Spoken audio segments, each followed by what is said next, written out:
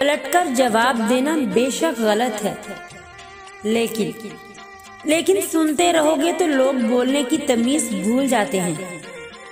ये भी हमारी सबसे बड़ी मुनाफिकत है कि हम दूसरों की तकलीफ को उनके गुनाहों की सजा समझते हैं और अपनी तकलीफ को आजमाइश और इम्तिहान। अपने मुकद्दर का मवाजना दूसरों के साथ करना छोड़ दें।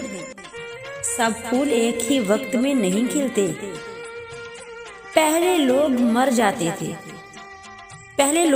जाते थे और रूह भटकती रहती थी।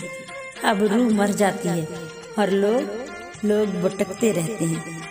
हमारी कई हसरतें बस हमारे अंदर ही अंदर घुट के मर जाती हैं और हम फिर भी अपनी खूबसूरती बरकरार रख के हंसते मुस्कुराते हैं और किसी को अंदाजा ही नहीं होने देते कि हम कितनी बदसूरती से तोड़े गए हैं।